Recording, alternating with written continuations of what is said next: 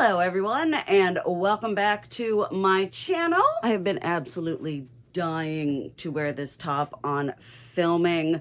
I just about lost my mind when I thrifted this and it fit how I wanted it to fit. Also trying a new eyebrow pencil, one from Wet n Wild, who I haven't bought from in at least 3 years. But I had a little bout of trichotillomania. For those of you who don't know, I deal with trichotillomania, which is a self-soothing body grooming disorder, and I went to town a little bit in digging in my eyebrows. So this one is pretty similar to the CoverGirl one that I didn't like. It's very stiff, it's very waxy, but I have a Sephora gift card that I've been hoarding or just not using, waiting until the perfect moment, which is now, because I can use it and buy two of my favorite Anastasia Beverly Hills one, because my other favorite is Almay because it's 7 and the ABH is 23. But all that aside, today we're actually doing a video that just sort of came to me in a brief moment of self-realization and personal clarity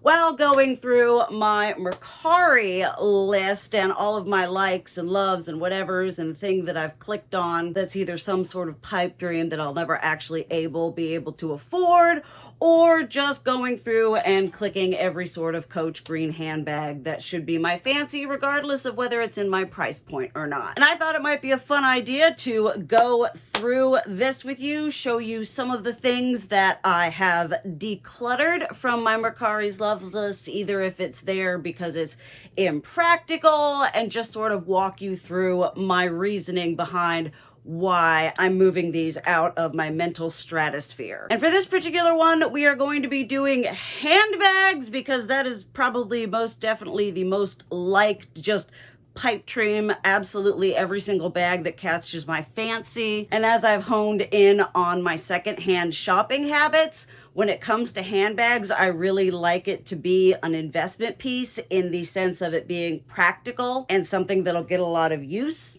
in my collection, because handbags take up a lot of real estate in my collection and in just my vast accumulation. So with an eye towards practicality, let's go forward. If you would like to see this done, I am planning on doing a clothing just other than handbags version of this. So if you would be interested in seeing that, let me know down below. I love hearing myself talk. Let's get on with this. I've got two here that are sort of in the same vein. There's this Seline vintage nylon bag, as well as, I don't know if there's just one.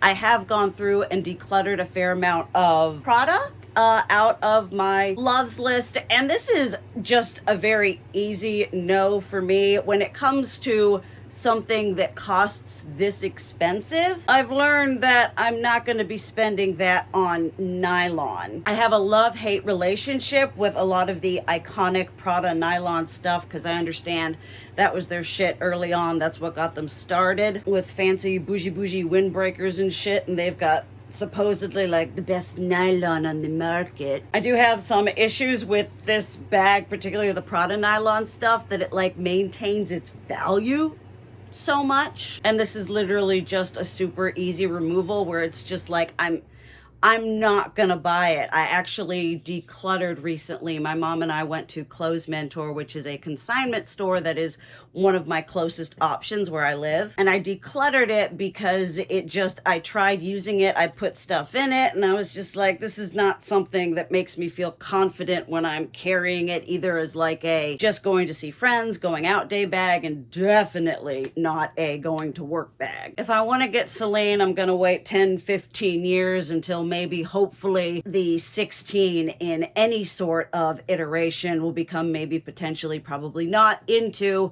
my tax bracket preferred price point. Another one that actually was in a video talking about my 2024 handbag wish list, I will leave that link down below, maybe potentially. If not, go to the channel, subscribe should you enjoy this video, and that one will be there waiting for you. But the Alexander Wang Rocky, I mean, aside from the controversy that I just heard watching a video about celebrity lookalikes, and apparently Alexander Wang used a whole bunch of, again, the celebrity lookalikes, and the campaign was all like, ooh, authentic, edgy, and whatever, but all of that aside, I wanted the Rocky. This is one that I've had like in my purse sphere since the OG days of more or less what's in my bag and what bag am I carrying era of the Seline luggage tote and things like that, bags of those nature. But looking at this, I've learned I'm not a big fan of, if it's gonna be a cylinder bag, it's gonna have to be extremely specific because I just don't see myself using that in a every day-to-day or as a going out bag. I feel like the stuff would be hard for me to organize in the way that works for me. I love the studs. I love the variety of colors you can get it in. It's in pebbled leather, at least one of the versions, which y'all know brings me all sorts of joy. But I've got things like this in my collection. It does have a long crossbody that I'm not going to pull out, but this is an example of an absolute perfect crossbody. I've got it in 2 colors. If you want to watch my Coach collection video, down below. If not, but with this in my collection and knowing how often and how perfect this is, it's got a slot for my cell phone. The Rocky is just going to be something that's going to sit in my collection as, ooh, look, it's an iconic OG influencer bag. And it's just going to sit there because I'm going to repeatedly pick for things that I picked before I bought it. Next up is the Coach Pride tabby, which the tabby is one of those bags that has burst onto the purse handbag community. They have a variety of options. I absolutely love it, but I haven't been able to locate one that really is my preferred color, my preferred design, and in that price point, because it is a newer bag, the secondhand market can still be pretty expensive. This one is just so pretty. You can see it's got that wonderful, just subtle and yet stylish splash of homosexuality. But if we are being realistic, I have this Coach swagger here, which it's going to be, oh no, that shows up nicely. You can see I already have one that has that sneaky little subtle. I love just the rainbow stitching here. I think it just adds a wonderful element, another detail that's just makes this bag so perfect for me. And with that Coach tabby, I don't know what kind it is. I think it's a stiffer version, whereas I would want one that's a little bit more relaxed, like the soft one. And I also think it's a smaller version as well, which they have like standard and different sizes of it. It just, again, the size of it, not being able to hold it and see it and know if it's a material and a structure that I like. It's just not one that I want to throw my money at for this sort of price point, because I'm going to be including pictures with their price points. Now, let's talk about one that I would absolutely purchase if it were in a color that I know that I would wear. I've talked about it before. My main favorite colors are green, brown, blue, and then purple. I also like rusty and mustardy oranges and yellow colors. And when it comes to handbags, I'm very particular where if it's going to be something that's practical and used a lot, I do want it to be in one of those top favorite colors so that it has a lot of versatility in my wardrobe. And as you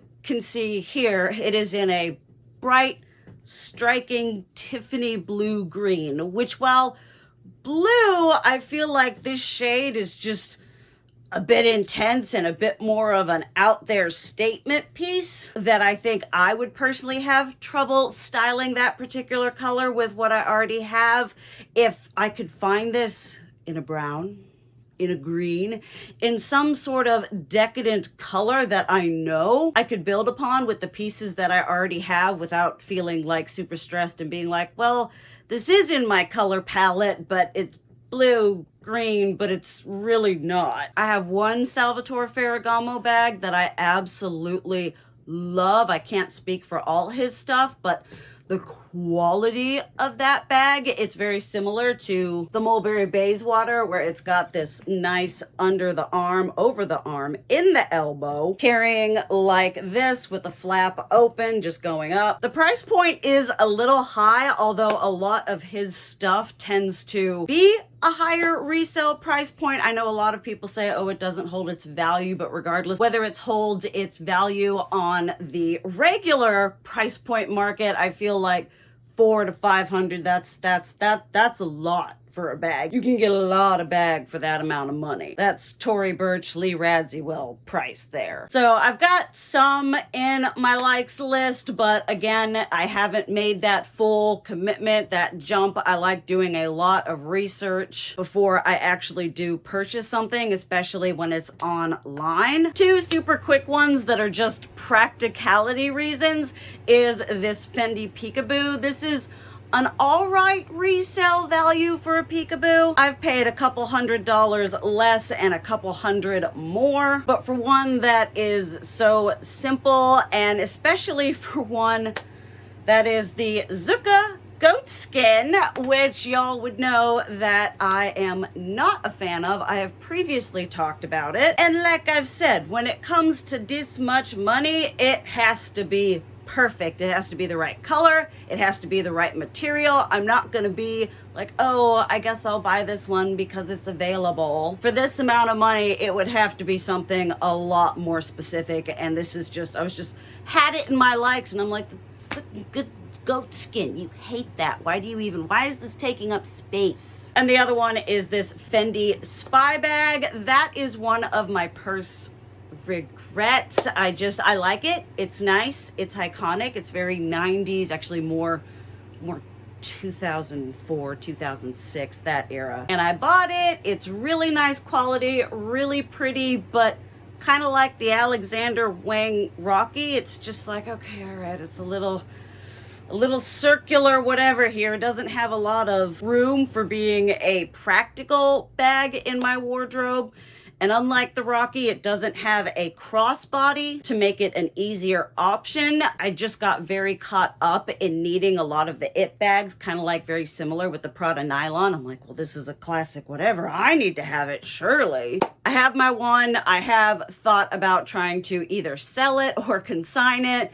And I don't know why this one has just been sitting here for forever being like, I know in my heart of hearts, and honestly not even that deep, that I'm not going to be buying another spy bag. Another just straight up down to the material is this Gucci Jackie, which again, for those of you who don't know, the Gucci Jackie is one of my favorite overrated, but also bags that I believe are a stylish classic. The one I have here is one of my most favorite purchases, favorite handbags. Although while the Jackie is definitely a bit less practical compared to like a lot of my work bags, I adore this so much. It's brown, pebbled leather, vintage, which means it's been around for a long time. I am very grateful and happy to be able to be a part of its continuation on this planet. Perfect buckle. Again, I waited for a long time to finally bite the bullet on a Jackie, and it is worth every minute, second that I waited. And with that being said, this here in patent leather, which I feel like is just, they take a nice piece of leather and then they just ruin it. I used to really like patent leather, and while maybe it's partly because I grew up in the 90s and the Y2K, where there was a lot of patent faux leather that, if anyone knows, the cracking and peeling and just the overall destruction that that material does to itself by existing. While something of this quality and craftsmanship and the fact that it is a whole material leather, it's not gonna suffer from that nearly as bad, but it still is prone to cracking and flaking, and it's just gonna age a lot earlier and a lot worse than one that is just in a whole like heavy grain or pebbled, full grain, grained calf skin, all of those finishes that I know and love. While it's a good price for a secondhand Jackie, Jackie is definitely one of those ones because of the resurgence in popularity. It has a pretty high resell premium. And while this one is in that price point of what I'd pay, it would be one big giant waste of money for me. In that same vein is this patent Mulberry Bayswater. I like the color. I think it would be a nice lighter neutral to go in my collection. I have a light neutral Fendi Peekaboo that does that really good job, so I honestly don't really need, or my wardrobe wouldn't benefit that much from another large carry-all bag in that lighter color. But color aside, it's patent. I love Mulberry's quality, but I don't trust that finish. One that is so stinking pretty, so beautiful. If I could find this in brown, I'm pretty sure I would snatch that shit up so fast. I love whatever the flip is going on with the front here. And while purple is a color that I really like, I prefer a darker, moodier purple. Well, this is a specific kind of purple that I think would just be more difficult to style. I recently consigned a Kate Spade handbag that was in basically this exact same color. I loved it. It's beautiful. The style, the quality, everything else about it, except for the fact that it was this shade of purple that just, I had it. I kept it. I was like, surely I can work this in, and I never did. And if I'm not going to do it with that bag, I'm definitely not going to do it with this one. So if this one, I haven't done a lot of research or looking around because I just haven't been in the market for this sort of bag. But if any of y'all know if this comes in brown or have a link or something, I would love to see it in that because it's just so pretty on its own, just the design. This next one is definitely a Y2K revival pipe dream. I really, really love a lot of vintage Coach for the quality, for the style. Just a lot of it really speaks to my sensibilities and my fashion sense. So we've got this cream colored one with the print, with the C logo, which I have a love-hate relationship with logos. And then on top of that, it is trimmed in real rabbit fur. And aside from the fact that I live in a home and I live in a state that is extremely humid, just bringing a piece of fur into this environment is just another level of cruelty. I saw it and was smitten by I was just like, oh, I could be just so absolutely Y2K iconic. While this isn't even really the aesthetic of Y2K that I aspire to in my everyday to-day fashion. It's just, and for the price point, again, looking at it, it's just a bit more complicated, a bit more upkeep, and not something that brings a lot into the versatility of my wardrobe and style. And again, with the fur, I struggle with faux fur, and beyond anything, I would absolutely struggle with real fur for a variety of reasons. Next up, this one I want to throw in. It's a brand that I got really infatuated with and really investigative into when I was on the market for Birkin-esque bags that sort of hold on the crook of your elbow with the flap over. Again, akin to the Mulberry Bayswater, akin to frickin' this. And I'm always interested in finding that sort of style in other brands to experience. But while scrolling through my likes list, and I came across this, and I had one thought in my brain that was like, wow, there's just so much going on in this bag. It's like Final Fantasy and Kingdom Hearts had a baby, and this is what came out. We are in dire need of more zipples, buckles, and straps. And while I do apply, if a little bit is good, then a lot is better to a fair amount of my existence, it would be more like it looks cool and it's like industrial and whatever, and like I feel like that could fit in. The color is beautiful, but I've paid close attention looking into how the flap is and the mechanism, the hardware that keeps it in place, and I don't think that is one that I can deal with, especially with a bag that, again, is going to have the position of being an everyday sort of bag.